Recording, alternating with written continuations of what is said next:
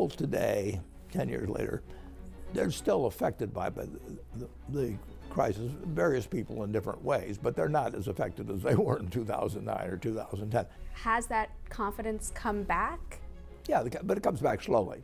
I can understand why people that lost their houses or lost their jobs or whatever may have happened to them feel that there must be somebody out there that was profiting from this, that did it doing some things that should send them to jail. You know, the people that ran most of the institutions, the big institutions, that got in trouble. I mean, I probably shouldn't name names, but you know, they went away rich. They may have been disgraced to some degree, but they went away rich. So I don't think the incentive system has been improved a lot from what it was 10 years ago. Take me back to a place where I felt at home. Take me back to a day when we weren't alone. Take me back to an age when the world felt small. Way back before we blew it all. Hey folks, welcome back to another episode of Trucking and Politics. Today we have a special episode. I never thought this day would come. I honestly didn't. And I really did not expect it to come as quick as it has. So there's two things there. One is total disbelief that I would ever make it here to this point. The other point being as quickly as we've gotten here. And it's all thanks to you, the viewers. We are just on the verge of breaking 2,000 subscribers on Trucking and Politics. 2,000. I was reading and researching on YouTube before I started this channel. I came to YouTube for a purpose, for a reason, because there's other accounts out there, Instagram, TikTok, Rumble. There's so many different social media accounts out there. I went with YouTube because it was the biggest. I won't deny. I wanted to get it out as to as many people as possible. The message that I was wanting to speak of, the content of this channel. And I started reading and researching about content providers on YouTube. And I read something, I will put it up here, that most content providers on YouTube never make it to a point where they get paid for their content. I never really did this for money. That was not my intent. That was not my original intent, was to do this strand of videos to make $1 million or whatever the case may be. As I've stated to some people out there, if that was my intent, I know what sells, and I could do those types of videos that just sell to make money. That's never what this was about. This was about me being in trucking for over 20 years, seeing the downfall of trucking over the last 20 years, knowing what has happened, knowing what perversions, I guess, is going on in trucking. Obama had a thing whenever he was president about banks being too big to fail. He bailed out so many big corporations. If you remember this about Obama and his administration, I was not a big fan of his administration. Obamacare, in my opinion, was one of the worst laws to ever come across to the American people. It took your freedoms and your rights away of going out and getting health care as a private individual. That is one of the basic fundamentals of being an American and being free and having freedom of choice. And he has turned that into a socialist thing to where you have to go through the government in order to get health care for you and your family. I think that is taking away one of the blocks of our foundation of our country. And it shows how the country has failed since that law has been put on the books. And I think realistically it needs to be taken off of the books. A free market always brings down the cost of goods because someone out there will undercut someone else. That brings us to trucking. That brings us to what this channel is about and everything.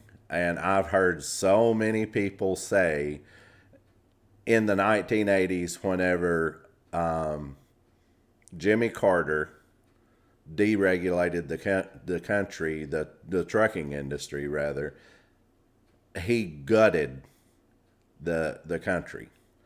I don't think that's true. I really don't think that's true. I think he made it for a free market to where anyone can start a trucking company. Anyone can be an independent contractor. It is a free market to where anyone out here can, as long as you're legal, you can begin your trucking career. You can go buy a truck, buy a trailer, get licensed. You can be your own boss and you can do whatever you want. It is the American dream. Well, what is the American dream? To a lot of people, it's just about money. You know, I just want to make money and I don't want to have a boss. That to me is not what the American dream is. This right here, to me, is the American dream. It is being able to speak my mind, to talk to other people, to share experiences, to share opinions. In some countries, I would be put in jail for doing this. There's a lot of countries in the world that you don't have freedom of speech. You don't have individual rights. That brings us to what is going on in the United States right now. The deep state, as some people wants to call it, corporate executives, big business, and the government, along with lobbyists, they want to erase that. They don't want the small people in trucking. They don't want the small people in business, period. They want it ran by what a lot of Europeans call an oligarchy, where only a handful of people control everything. They don't want you to be successful. They want to be successful. They want to control everything. Along with that, they want to control you. That is why I started this channel. I think maybe that's why this channel has succeeded so well and has taken off the way that it has, is because you share my same views. You see what is going on. I want to put up a chart here, something that I have found. In I believe it was 2023. I don't have the chart in front of me. I'll try to add in something in editing if I'm wrong here, but I believe it was in 2023, 88,000, approximately 88,000 trucking companies went out of business that 1 year. If you go back and look at this chart, over the last 20 years or so, you will see that there is just a a disruption. It's like dropping a pebble in a pond. I don't know how many people has done that, but you drop that pebble and it has a ripple effect, and it keeps going and going and going, and the ripple effect keeps spreading. And that is what these oligarchies, these people in power, and whenever I say that, I mean the corporate executives, the lobbyists, the crooked politicians, big business, big investors, BlackRock, some of these big Wall Street investors, they've dropped this pebble and it's had a ripple effect. Since this is trucking and politics, I'm sticking with the trucking industry here. But it's not just the trucking industry. It is every business in America where you have corporations. And there's a corporation for every industry in the United States of America. There is some type of corporation in every industry. Another thing that has been going on is America is for sale. Everything in America is for sale. Our businesses, U.S. Steel just sold out to Japanese. One big thing that I see as a big problem is our meat industry is being sold out. One that I do know of is Smithfield. I don't know if everyone knows this or not, but Smithfield Meats is owned by the Chinese. A huge meat packing processing plant or processing industry in the United States is being sold off to China. There's a couple of reports that have come out today or this week. One, Tyson is shutting manufacturing plants down everywhere. The investors like that because their stock, I'll put up a picture here of their stock for Tyson. Tyson has been on a downfall in recent months and recent years. And now they have started cutting and messing with their plants and laying off workers, and thousands of jobs are being lost.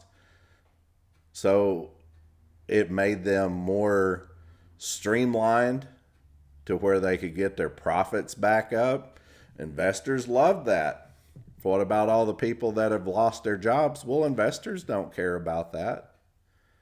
They don't care about that. They care about their sole interest in Tyson, and it's too big to fail.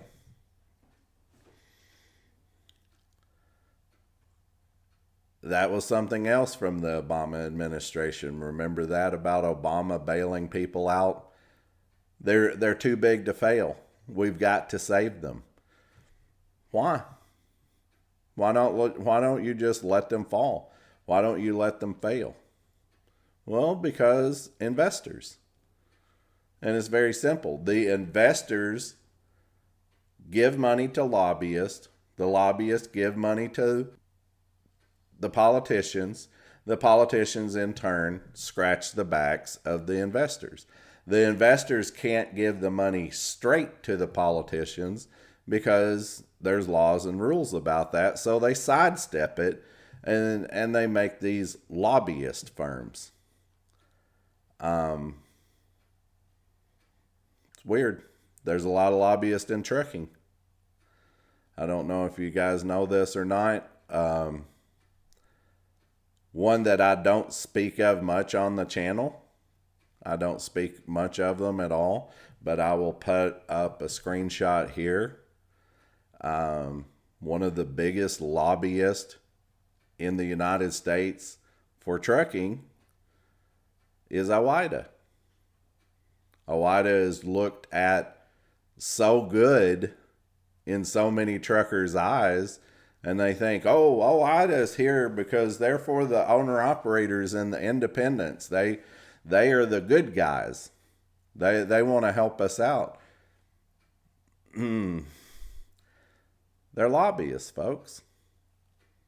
They are lobbyists. They're giving money to the government to have the government scratch their backs. And who are all of their donations coming from? They want to say it's coming from people like you and me, but when the ELD law come into effect, and it's not a law, it's a rule. It's Federal Motor Carriers rule. Whenever that came into effect, I called OIDA. I spoke to them directly. They answered the phone and I spoke to them directly. And I told them directly, if you don't throw everything you have into this ELD mandate, I mean, you're going to have to just come in charging. And if you don't stop this ELD mandate from taking effect, the corporate interests are going to take over trucking. They're going to have their hands in it where they need to have it in it. And we'll lose trucking. Oh yeah, we're doing everything we can. We're throwing every attorney we have at it. We're going to stop the ELDs. They didn't. And I told them directly, if you don't do this, I will revoke my membership to OIDA and I will never join you again.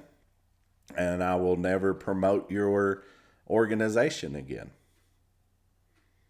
You have failed the American trucker if you don't stop this.